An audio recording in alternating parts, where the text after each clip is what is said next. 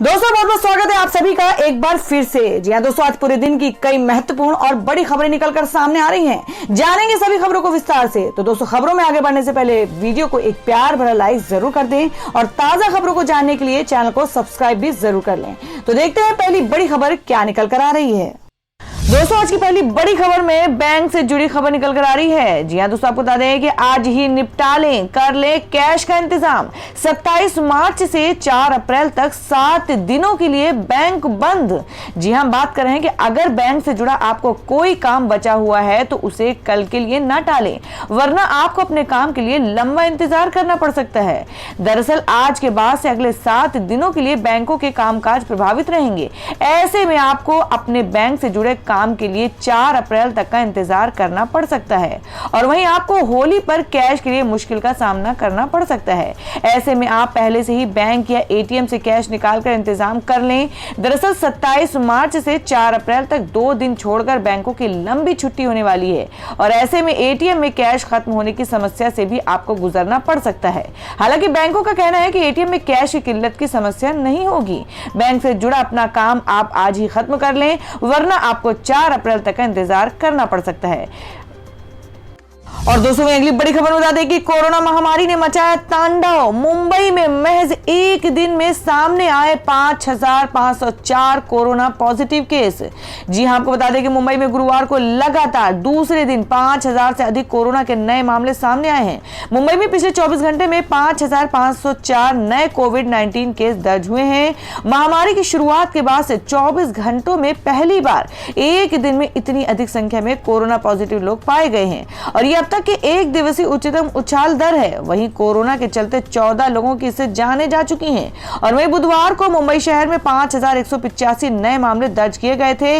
विशेषज्ञों ने कहा है कि जिस दर पर संक्रमण दोगुना हो रहा है, अधिकारियों ने पश्चिमी भारत के कुछ शहरों में घर के अंदर लोगों को रहने की सलाह दी है। कोरोना वायरस संक्रमणों की संख्या रातों रात 53,476 संक्रमणों को पार कर गई, जो 5 महीनों में सबसे अधिक है। स्वास्थ्य अधिकारियों का कहना है कि फरवरी के अंत से कई राज्यों में मामलों में वृद्धि हुई है और ऐसा इसलिए बाजारों और अन्य चीजों के फिर से पूर्ण रूप से खुलने और कोरोना से सुरक्षा उपायों की कमी के कारण इतनी संख्या में कोरोना के मामले बढ़े हैं। महाराष्ट्र से आधे से अधिक नए संक्रमण रिपोर्ट वित्तीय राजधानी मुंबई में किए गए, जहां लाखों लोग कार्यालयों और कारखानों में काम करने के लिए वापस आ गए हैं। एक अधिकारी ने कहा कि स्थानीय सरकार ने सबसे बुरी तरह प्रभावित नांदेड़ और भीड़ में 10 दिनों के लिए पूर्ण तालाबंदी कर दी। बैठक के दौरान की गई टिप्पणियों का जिक्र करते हुए एक वरिष्ठ सरकारी अधिकारी ने कहा कि स्थानीय प्रशासन को राज्य भर में तालाबंदी लागू करने के बजाय स्थानीय लॉकडाउन लगाने की अनुमति देने का सुझाव दिया गया था। तो दोस्तों, कोरोना संक्रमण के बढ़ते प्रकोप को देखते हुए आप लोगों की क्या राय है और आप क्या सोचते हैं? आप अपनी राय, आप अपनी सुझाव कमेंट बॉक्स में जरूर दें। बढ़ते अगली खबर की ओर। और दोस्तों, मैं अगली बड़ी खबर में आपको बता दें जो कि भारत बंदी को लेकर है। जी आपको बता दें कि किसानों का भारत बंद आज क्या खुला रहेगा और क्या बंद, जानिए सब कुछ। जी आपको बता दें कि कृषि कानूनों का विरोध कर रहे संयुक्त किसान मोर्चा ने कई संगठनों के साथ मिलकर शुक्रवार को भारत बंद का आह्वान किया है। इस दौरान सुबह 6 बजे से शाम 6 बजे तक दुकानें, मॉल आदि प्रतिष्ठानों को बंद रखने की अपील की गई है। मोर्चा ने पंजाब में सड़क व रेल यातायात को बाधित करने के साथ ही दूध और सब्जियों की सप्लाई बाधित करने की धमकी दी है। राजधानी दिल्ली, हरियाणा और पंजाब में पुलिस विशेष सतर्कता बरत रही है। हरियाणा के अतिरिक्त पुलिस महानिदेशक नवदीप विर्क ने सभी पुलिस अधीक्षकों को निर्देश दिए हैं कि वह अपने अपने क्षेत्र के एसडीएम व तहसीलदार के साथ तालमेल रखे। जिला अस्पतालों के साथ ही किसानों के धरना स्थलों पर एम्बुलेंस को तैनात रहने के निर्देश दिए गए हैं। पुलिस की सलाह है कि बहुत जरूरी हो तभी लोग घर से बाहर निकलें। कोई प्रदर्शनकारी रेलवे ट्रैक को नुकसान ना पहुंचाए, इसके लिए पुलिस को जीआरपी और आरपीएफ का सहयोग करने के निर्देश दिए गए हैं। फायर ब्रिगेड, वर्ज वाहन और वाटर कैनन को धरना स्थलों पर तैनात रहने के निर्देश दिए गए हैं। और दोस्तों, मैं अगली खबर में आपको बता दें कि पीएम नरेंद्र मोदी का 2 दिवसीय बांग्लादेश दौरा आज से। सैन्य सहयोग मजबूत करने पर भी होगा जोर, जाने क्या है एजेंडा। जी हां, हम बात करें कि प्रधानमंत्री नरेंद्र मोदी की शुक्रवार से शुरू हो रही 2 दिवसीय बांग्लादेश यात्रा कई लिहाज से अनूठी होगी। कोरोना काल की शुरुआत के बाद विदेश दौरे के लिए बांग्लादेश का चयन कर मोदी ने जहां नेबरहुड फर्स्ट नीति को आगे बढ़ाया है, वहीं इस यात्रा के दौरान उनका एजेंडा भी खास रखा गया है। मोदी और बांग्लादेश की पीएम शेख हसीना के बीच होने वाली द्विपक्षीय वार्ता में सैन्य सहयोग को लेकर खास तौर पर चर्चा होगी। दोनों नेताओं के बीच कनेक्टिविटी परियोजनाओं और ऊर्जा सहयोग के कुछ प्रस्तावों पर हस्ताक्षर होने की भी संभावना है। गुरुवार को पीएम मोदी ने एक बयान जारी किया है जो बताता है कि भारत सरकार इस यात्रा को कितना महत्व दे रही है। मोदी ने लिखा कि मैं पीएम शेख हसीना के आमंत्रण पर 26 और 27 मार्च 2021 को बांग्लादेश यात्रा पर जा रहा हूं। मैं खुश हूं कि कोविड-19 महामारी के बाद पहली विदेश यात्रा पर किसी पड़ोसी देश जा रहा हूं। शुक्रवार को मैं बांग्लादेश के राष्ट्रीय दिवस समारोह और बंगबंधु शेख मुजीबुर रहमान की जन्मशती के अवसर पर आयोजित समारोह में हिस्सा लूंगा।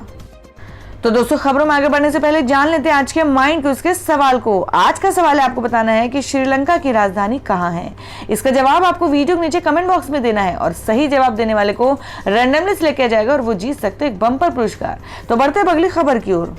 और दोस्तों, अगली बड़ी खबर एनसीटी बिल को लेकर आ रही है, जिसमें आपको बता दें कि शिवसेना बोली मोदी सरकार राज्यपालों का इस्तेमाल कर गैर भाजपा राज्यों को तंग करने का कर रही है काम।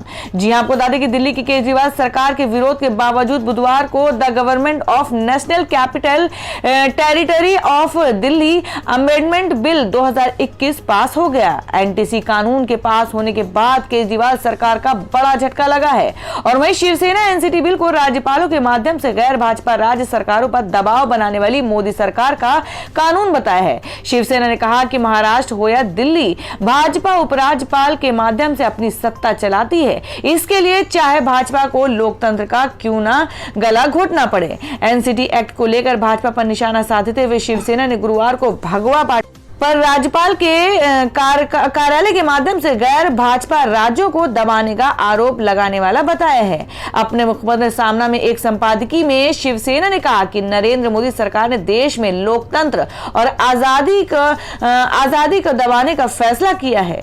जी आपको बता दें कि बुधवार को संसद द्वारा पारित विधेयक निर्वाचित सरकार की तुलना में दिल्ली के उपराज्यपाल को अधिक अधिकार देने का प्रयास है। दिल्ली सरकार के लिए कोई कार्यकारी कार्रवाई करने से पहले एलजी की राय लेना अनिवार्य होगा। दिल्ली के मुख्यमंत्री बहुमत होने के बाद भी कोई निर्णय नहीं ले पाएंगे। हर फाइल को एलजी के पास मंजूरी के लिए भेजना होगा, जैसा कि एलजी केंद्र का प्रत्यक्ष एजेंट है। वह मुख्यमंत्री को मजबूर करेगा। भाजपा के मुख्यमंत्री होते तो इस तरह का विधेयक मोदी सरकार द्वारा नहीं लाती। शिवसेना ने कहा कि अगर ये भाजपा के मुख्यमंत्री होते तो इस तरह का विधेयक मोदी सरकार द्वारा नहीं लाया जाता, लेकिन भाजपा महाराष्ट्र या दिल्ली के राज्यपाल के माध्यम से सत्ता को जब्त करना चाहती है। शिवसेना ने केजरीवाल सरकार की स्वास्थ्य और शिक्षा विभाग में काम करने के लिए सराहना की। यहां तक कि यह भी कहा गया है कि केजरीवाल पीएम मोदी से ज्यादा देशभक्त हैं। केजरीवाल की राम भक्ति से घबराई है मोदी सरकार। सामना में शिवसेना ने यह भी लिखा कि हाल के दिनों में केजरीवाल ने धार्मिक और आध्यात्मिक पद पर चलना शुरू कर दिया है। केजरीवाल दिल्ली विधानसभा चुनाव से पहले अपने परिवार के साथ हनुमान मंदिर गए थे। केजरीवाल ने यह भी घोषणा की है कि जब राम मंदिर का निर्माण कार्य पूरा हो जाएगा तो वे दिल्ली वासियों को ले अयोध्या मुफ्त में जाएंगे और केंद्र में मोदी की राम भक्त सरकार है। कई राज्यों में भाजपा की सरकारें हैं, लेकिन उनमें से किसी ने भी केजरीवाल जैसे मुक्त अयोध्या दर्शन की कल्पना नहीं की है। वे मोदी की तुलना में अधिक देशभक्त बन गए हैं। हाल के हफ्तों में अरविंद केजरीवाल ने अयोध्या में राम मंदिर के निर्माण के लिए एक बार निःशुल्क तीर्थ यात्रा का वादा दोहराया है। दिल्ली सरकार ने प्रत्येक दिन 1 घंटे के लिए स्कूलों में देशभक्ति की कक्षाएं शुरू करने का भी प्रस्ताव दिया है। तो दोस्तों, दिल्ली में जो एनसीटी बिल पास हुआ है, इसको लेकर आप लोगों की क्या राय है? आप अपनी राय कमेंट बॉक्स में जरूर दें। बढ़ते हैं अगली खबर की ओर। और दोस्तों, मैं अगली खबर बता दें कि संजय सिंह ने अरविंद केजरीवाल को बताया नरेंद्र मोदी का विकल्प। कहा दिल्ली मॉडल से भाजपा को लगता है डर। जी हां, हम बात करें कि आम आदमी पार्टी के नेता और राज्यसभा सदस्य संजय सिंह ने गुरुवार को बड़ा बयान दिया है। संजय सिंह ने मीडिया से बात करते हुए कहा कि नरेंद्र मोदी और भाजपा को अगर किसी से डर लगता है तो वह है अरविंद केजरीवाल और आम आदमी पार्टी। इस दौरान राज्यसभा सदस्य संजय सिंह ने देश के प्रधानमंत्री नरेंद्र मोदी का विकल्प भी बताया। उन्होंने कहा कि नरेंद्र मोदी मोदी का विकल्प अरविंद केजरीवाल है। दरअसल दिल्ली सरकार संशोधन विधेयक 2021 दोनों सदनों में पास हो गया है। विधेयक के पास होने के बाद आज आम आदमी पार्टी मोदी सरकार से नाराज है। इस बीच आम आदमी पार्टी के नेता और राज्यसभा सदस्य संजय सिंह ने गुरुवार को ANI न्यूज एजेंसी से बात की। इस दौरान उन्होंने कहा कि नरेंद्र मोदी और भाजपा को अगर किसी से डर लगता है तो वह है अरविंद केजरीवाल। उन्हें दिल्ली मॉडल से डर लगता है। आम आदमी पार्टी ने 5 राज्यों में चुनाव लड़ने का जो ऐलान किया है उससे भाजपा को डर लगता है। और इतना ही नहीं, उन्होंने देश में नरेंद्र मोदी का विकल्प अरविंद केजरीवाल को बताया। संजय सिंह ने कहा कि मैं फिर से कह रहा हूं, यह गैर लोकतांत्रिक और असंवैधानिक बिल पास किया गया है। इसके पीछे का जो प्रमुख कारण है वो है इस बिल के पास होने से आज साबित हो गया कि नरेंद्र मोदी को अगर किसी से डर लगता है तो उस शख्स का नाम है अरविंद केजरीवाल। संजय सिंह ने कहा कि वे दिल्ली मॉडल और केजरीवाल के काम से डरते हैं। केजरीवाल ने जो फ्री बिजली, फ्री पानी, फ्री चिकित्सा, फ्री शिक्षा, ये जो तमाम योजनाएं दिल्ली में लागू की हैं, उसकी वजह आम आदमी पार्टी देश के दूसरे राज्यों में अच्छा प्रदर्शन कर रही है। उन्होंने कहा कि भारतीय जनता पार्टी पिछले 23 साल से दिल्ली में हार रही है। भाजपा अब ऐसी सरकार को हटाना चाहती है जो दिल्ली के लोगों के लिए काम कर रही है। सिंह ने कहा कि भाजपा ने अपनी पूरी ताकत लगाकर भी देख लिया, लेकिन आम आदमी पार्टी के सामने दिल्ली की सत्ता में वापसी नहीं कर सकती। तो दोस्तों, खबरों में आगे बढ़ने से पहले एक बार फिर से आपको याद दिला दें कि अगर आपने अभी तक हमारी वीडियो को लाइक नहीं किया तो जल्दी से वीडियो को लाइक कर दें, क्योंकि आपका एक लाइक हमारे लिए बहुत ही महत्वपूर्ण होता है। और अगर आप हमारे चैनल पर नए हैं तो चैनल को जरूर सब्सक्राइब कर लें और बेल के बटन को भी जरूर हिट कर दें। और हमारी पूरी न्यूज को जानने के लिए वीडियो को लास्ट तक जरूर देखें। बढ़ते अगली खबर की ओर। और दोस्तों, मैं अगली खबर बता दें कि संजय राउत ने कहा कि शरद पवार करे यूपीए की अगुवाई तो कांग्रेस ने याद दिलाया महाराष्ट्र का गठबंधन। जी, हम बात कर रहे हैं कि शिवसेना नेता संजय राउत ने बृहस्पतिवार को कहा कि संयुक्त प्रगतिशील गठबंधन यानी यूपीए अब लकवाग्रस्त हो गया है, इसलिए शरद पवार जैसे एक गैर कांग्रेसी नेता को गठबंधन का प्रमुख बनाया जाना चाहिए। राउत ने नई दिल्ली में संवाददाताओं से बातचीत में यह बयान दिया। उन्होंने कहा कि संपर्क अब लकवाग्रस्त हो गया है। मुझे लगता है कि एनसीपी अध्यक्ष शरद पवार को राष्ट्रीय स्तर पर संपर्क का नेतृत्व करना चाहिए। राउत ने इससे पहले भी कई बार ऐसा सुझाव दिया है। ये पूछे जाने पर कि क्या अन्य पार्टियां इस मांग का समर्थन करती हैं, उन्होंने कहा कि मुझे नहीं लगता कि देश में किसी क्षेत्रीय पार्टी को पवार द्वारा संपर्क का नेतृत्व करने पर ऐतराज हो सकता है। इस समय हम सभी भाजपा विरोधी हैं। राउत ने बयान पर प्रतिक्रिया देते हुए महाराष्ट्र कांग्रेस के प्रवक्ता सचिन सावंत ने कहा कि शिवसेना संपर्क का हिस्सा भी नहीं है। यदि वह संपर्क का हिस्सा होती तो समझ में आता। उन्हें यानी रावत इस तरह का बयान नहीं देना चाहिए। कांग्रेस के एक अन्य नेता और राज्यसभा के पूर्व सदस्य हुसैन दलवाई ने कहा कि शिवसेना को पिछले महाराष्ट्र विधानसभा चुनाव में अधिक सीटें मिली थी, इसलिए मुख्यमंत्री का पद मिला, लेकिन शिवसेना अब भी संपर्क का हिस्सा नहीं है। उन्होंने कहा कि राउत के बयान को गंभीरता से नहीं लिया जाना चाहिए। दलवाई ने कहा कि राउत को ये नहीं भूलना चाहिए कि महाविकास अघाड़ी सरकार कांग्रेस के समर्थन से बनी है। उन्हें इस तरह की बात करके विवाद पैदा नहीं करना चाहिए। और दोस्तों, मैं अगली खबर में जान लेते हैं क्या है देश भर में सोने और चांदी के ताजा भाव। जी, आपको बता दें कि 11,400 रुपए सस्ता बिक रहा है सोना। होली पर सोना खरीदने से पहले जान ले ताजा भाव। जी, हम बात कर रहे हैं कि सोने का फिर से गिरावट का दौर शुरू हो गया है। सोना गुरुवार को फिर से धड़ाम हो गया।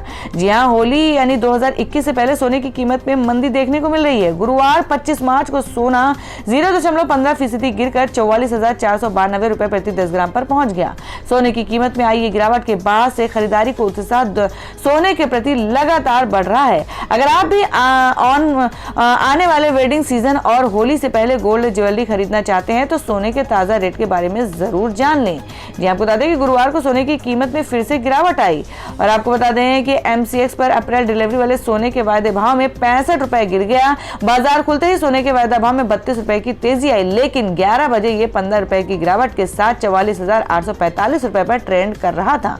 और वहीं सोना 0.15% गिरकर 44,792 रुपए प्रति 10 ग्राम पर पहुंच गया।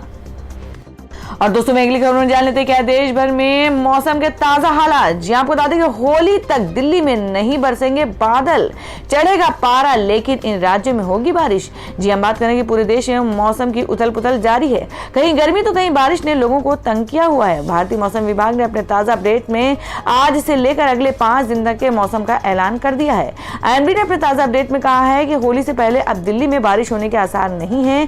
यहाँ मौसम साफ रहेगा और तापमान में बढ़ोतरी होगी और यही हाल दिल्ली और उसके आसपास के राज्यों का भी रहने वाला है। तो दोस्तों ये थी अब तक की सभी बड़ी खबरों की अपडेट्स। टुडे ब्रेकिंग न्यूज और लेटेस्ट खबरों को देखने के लिए हमारे चैनल को सब्सक्राइब जरूर कर लें, वीडियो को लाइक और शेयर भी जरूर कर दें अपने दोस्तों और रिलेटिव्स के साथ। तो दोस्तों फिर मिलेंगे काम की खबरों और सरकारी योजनाओं की एक और नई वीडियो के साथ। तब तक के लिए धन्यवाद दोस्तों।